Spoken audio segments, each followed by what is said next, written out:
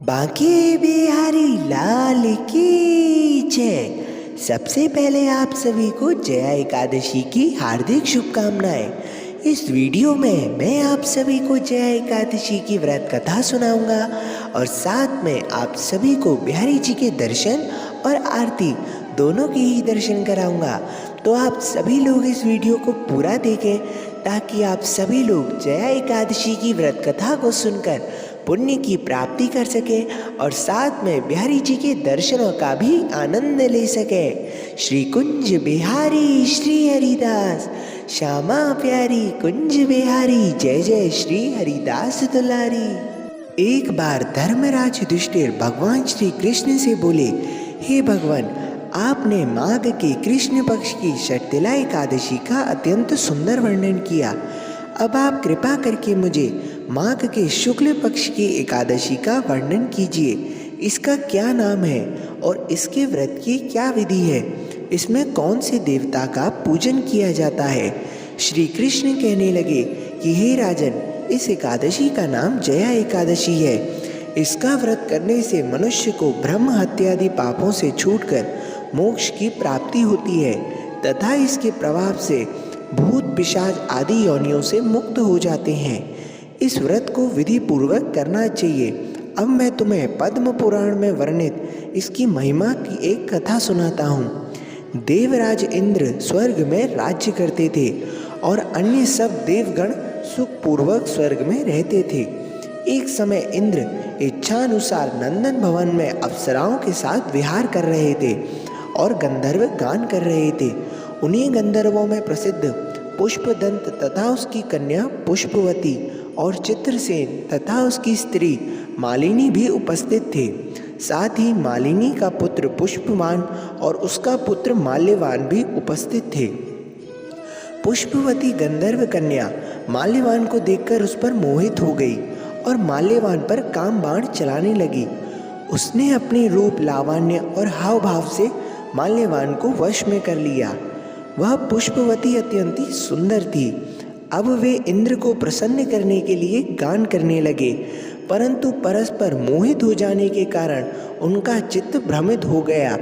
इनके ठीक प्रकार से ना गाने तथा स्वर ताल ठीक ना होने के कारण इंद्र इनके प्रेम को समझ गए और उन्होंने इसमें अपना अपमान समझकर उन दोनों को श्राप दे दिया।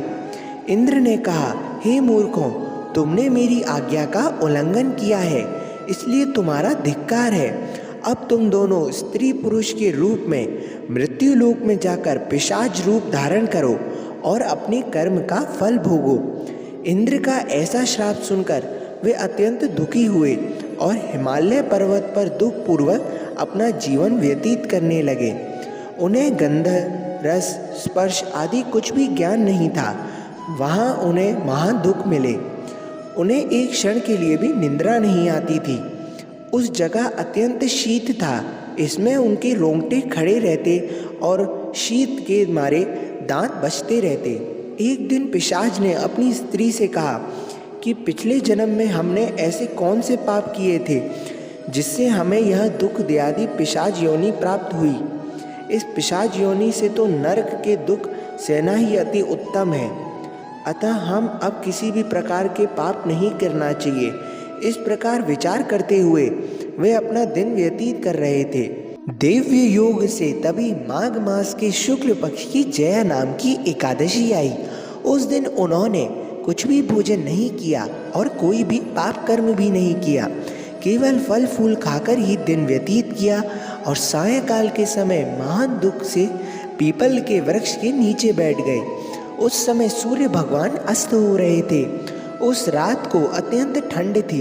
इसी कारण वे दोनों शीत के मारे अति दुखित होकर मृतक के समान आपस में चिपटे हुए पड़े रहे। उस रात्रि उन्हें निंद्रा भी नहीं आई। जया एकादशी के उपवास और रात्रि में जागरण से दूसरे दिन प्रभात होते ही उनकी पिशाच योनि छूट गई।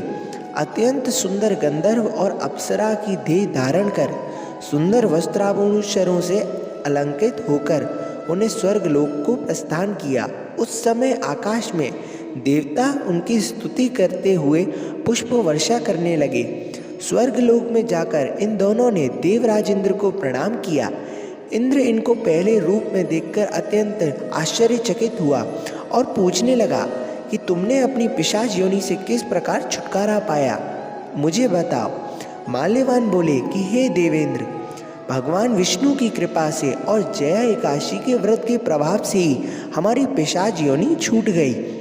तब इंद्र बोले कि हे माल्यवान, भगवान की कृपा और एकादशी का व्रत करने से न केवल तुम्हारी पिशाच योनि छूट गई, बल्कि हम लोगों के लिए भी तुम वंदनीय हो गए, क्योंकि विष्णु और शिव के भक्त हम लोगों के लिए वंदनीय हैं। अतः आप धन्य हैं। अब आप पुष्पवती के साथ जाकर विहार करो।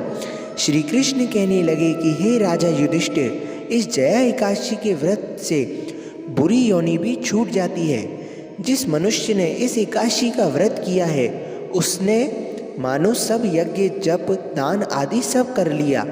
जो मनुष्य जया एकादशी का व्रत करते हैं, वे अवश्य ही हजारों वर्ष तक स्वर्ग में वास करते हैं।